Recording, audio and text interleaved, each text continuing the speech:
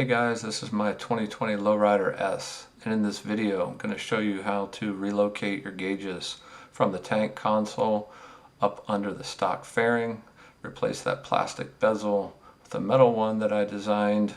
Hold your gauges there right in line of sight. Much better location, in my opinion. Allows you to ride without taking your eyes off the road. And this is the finished product. If you are interested in buying one of these, I will put a link in the description. Let me know if you have any questions in the comments. Okay, first step, remove the seat. There's one Phillips screw back at the rear of the seat. You want to take that out, lift the seat up and out of the way. Next, you want to get the console off the tank. There's a T25 bolt under where the seat was. Remove that, and there's two T30s up at the top. Again, these are held in by Loctite, so the first time you undo these, they are going to be very tight. So you're going to want to put a lot of pressure down into the bolt when you're removing them so you don't strip it. So put a lot of pressure downward and then start to rotate slowly to break them free. With enough pressure, they will break free, but they'll be really tight the first time you undo them. Okay, the next step is going to be to get the console off of the tank. So you break it free. There is a gasket around the console that will stick to the tank. You're just going to break that free. And then up here, there's a wire coming out of the frame that leads to these gauges. You're going to want to pull up on this grommet to break it free from the frame that it's sticking in. You just kind of get your fingers under the grommet and you lift up on it with the wire and it will pull out just like that. Once you have it out, there's some slack in there. You're going to flip it over. To remove these plugs, what you want to do is get a little small flathead screwdriver under the edges of these little ears that are locked around the outside of the plug. Pop that off both sides, and those will come right out. Now with your console off the bike, you want to bring it over to a nice flat workspace table. You take it inside, put it on the table, lay down something soft, towel or anything soft, because you're going to be flipping these gauges face down to get the back cups off the back of the gauges. So again, I've already modified my cup assembly here that holds the gauges in from behind. There is this piece that you have to cut out of that, so I will show you that. But this is a 5/64 hex. That is the size of the bit. It's a small.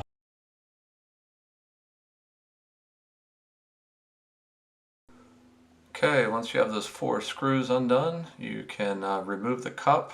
Yours, if you have not modified it, will come out as one piece.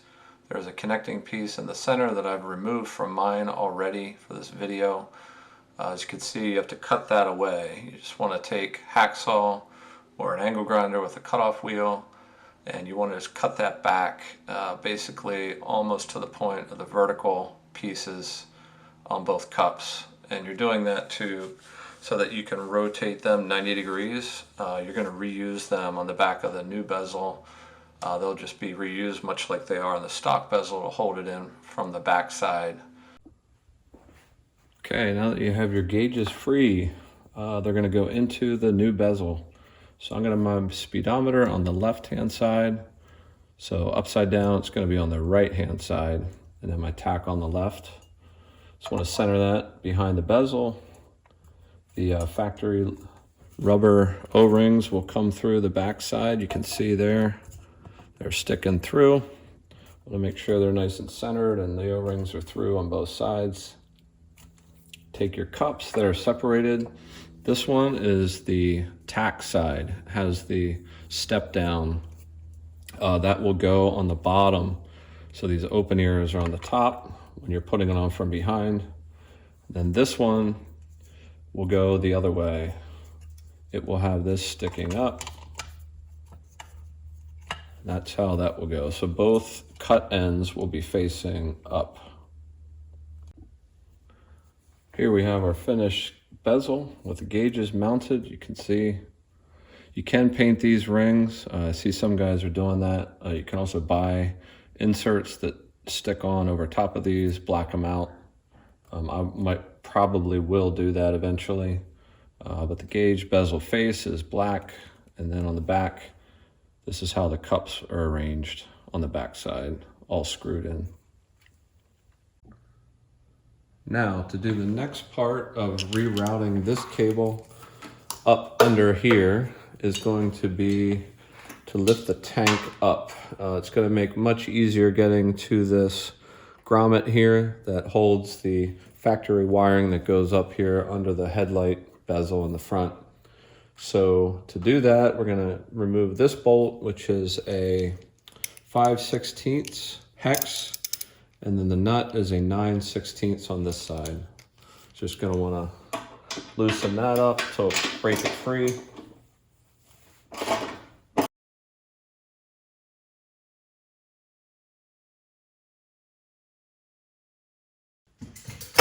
Now, with the bolt out, you're going to want to lift the tank up and put something under the tank that's going to hold it up off the frame. So I just take a towel, roll it up into a tight ball,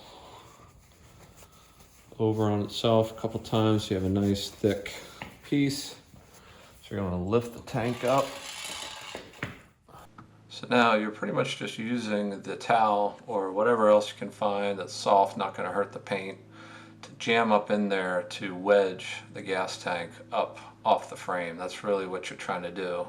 Create a wedge, lift it up, and then you have more room to work. Now with our tank up in the air, lift it up.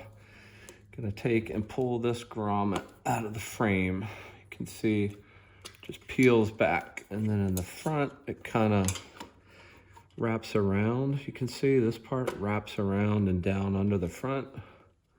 Just pull that back. Then you're going to want to take your factory harness and that grommet, you need to remove it. So what I did is took wire cutters. You can see I already cut mine. Very carefully cut into almost to the center, and then at the end you can just twist it and it pops right off the cable. Then you're going to want to take and undo the plug. There's an extension there. You want to take and press on that little tab with your thumb or screwdriver. Once you push down, pull on it, releases it. And then you're going to want to take your fingers up on the top side of the frame in that hole, kind of push that cable back down into the hole and over this side of the frame. Eventually, with enough work with both fingers, you should be able to get it to pop out this side of the frame and right around that other area where those other cables are. Take it then, you're going to take the extension that you just removed, put that back behind the wiring, behind the clutch cable, and reconnect it to the harness. Then you'll just want to take and tuck that wire under the grommet there in the front and make sure you work that grommet back into the frame just like it was when you pulled it out of there. There's an edge on the grommet. You want to get that edge up under the lip of the frame. Once you do that with enough work, you keep working it kind of back and forth, and eventually you'll get it to slide back in there the way it was. Now you're going to want to remove the towel or whatever else you had wedged in there to hold the tank up. Okay, next we're going to remove the stock plastic bezel up here under the fairing. These lower are T25. These that I've already removed, they are T30s. So just undo those.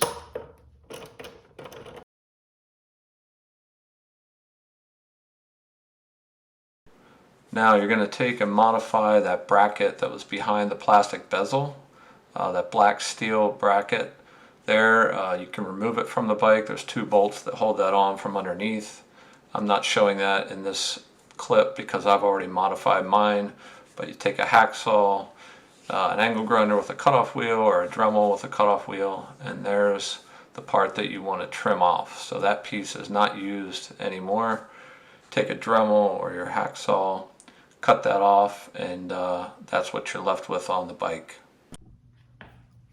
Okay, now you're going to want to take this harness that you rerouted up here, up under the headlight, and take zip tie that I'll put in with the bezel.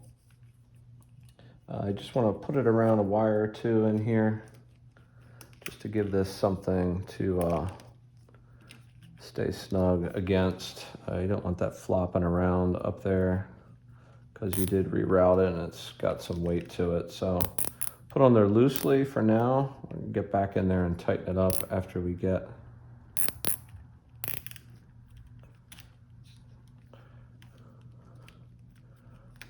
our fairing on and our gauges in there. So next you want to get your gauges. They can sit up here while you plug them in. Rest it right there.